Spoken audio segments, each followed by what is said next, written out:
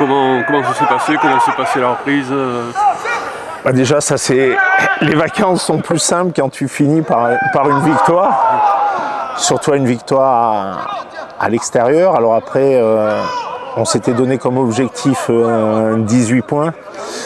On n'en a eu que 16, donc on est revenu le vendredi. On a fait vendredi et samedi. On n'a pas eu complètement une semaine de vacances. Bon, après, c'était le deal qu'il y avait avec les joueurs. Mais cette victoire, d'abord, elle est importante au niveau comptable. Deuxièmement, de gagner à Grenoble, qui n'avait pas perdu sur leur terre pendant 25 matchs, c'est une belle performance. Et puis surtout, c'est un peu le travail des joueurs et de cette équipe de bien finir le 5e et le 6e match. C'est un bloc long. Au 5e, on gagne avec le bonus offensif. Le 6e, on va gagner à Grenoble. Et on revient un petit peu dans la course et on revient surtout dans le classement, ce qui est important pour nous. Tu sentais l'équipe en progression Oui. Dans quel secteur? Au niveau comptable, au niveau des chiffres, au niveau des prestations?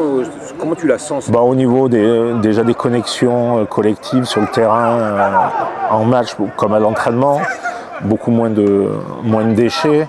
Au niveau aussi, je pense, de l'état d'esprit, cette victoire a été importante.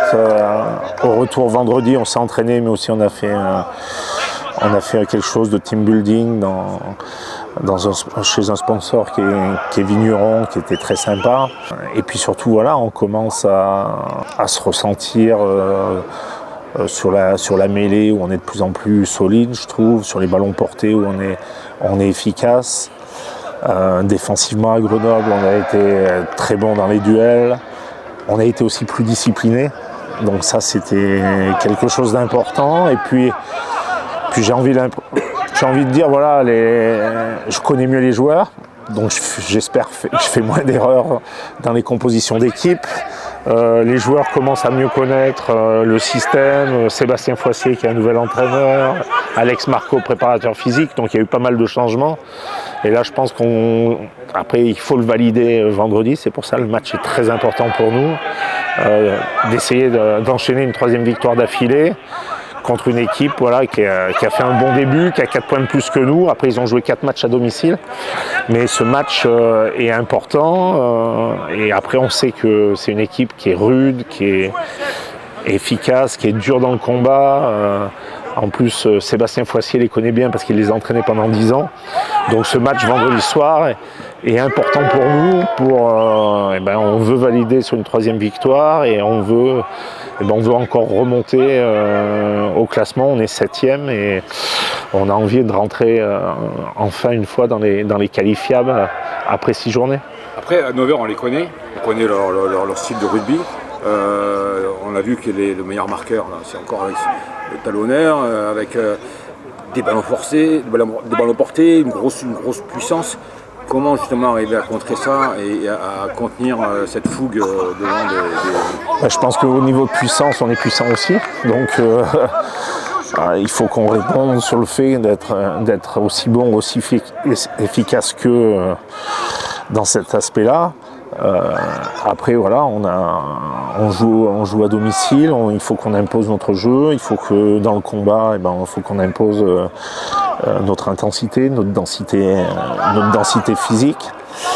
Et après, voilà, on est capable aussi ici de mettre du rythme, de mettre de la vitesse, de marquer des essais, mais surtout, il va falloir être très propre. Les joueurs se préparent et voilà, on sait que ça va être un gros combat comme tu le dis. Ils sont aussi très agressifs au niveau des plaquages, ils montent très très vite.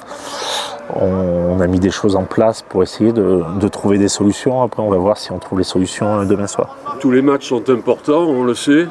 Mais Nevers, c'est le numéro 1 d'un bloc qui est quand même assez costaud. Comment tu l'abordes? Est-ce que vous êtes fixé des objectifs? On s'est refixé des objectifs avec un nombre de points minimum et un nombre de points maximum. Après, je vous le dirai à la fin du bloc, ça fait partie du vestiaire.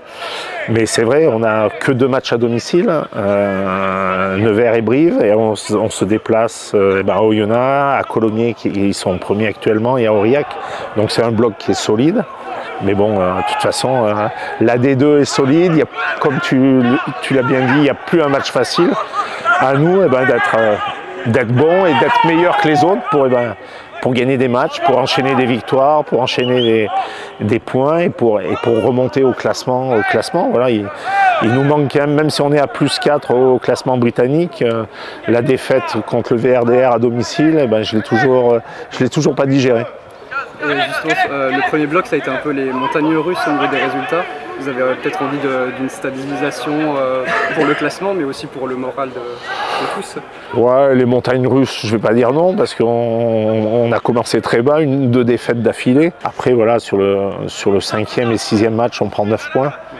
J'ai juste envie de dire voilà, que j'ai envie qu'on enchaîne sur la fin du bloc, c'est-à-dire d'enchaîner avec plus de maîtrise, beaucoup d'engagement, être plus discipliné et surtout être efficace dans les zones de marque et gagner des matchs. De toute façon, après, on a la chance de vivre de notre passion, mais dans le sport professionnel, quand tu es joueur et surtout quand tu es entraîneur, tes semaines sont beaucoup plus paisibles et plus sympas quand tu gagnes les matchs. Au niveau de l'effectif, on en est où? On a Caleb Muns qui va arriver là, qui sera dans le groupe.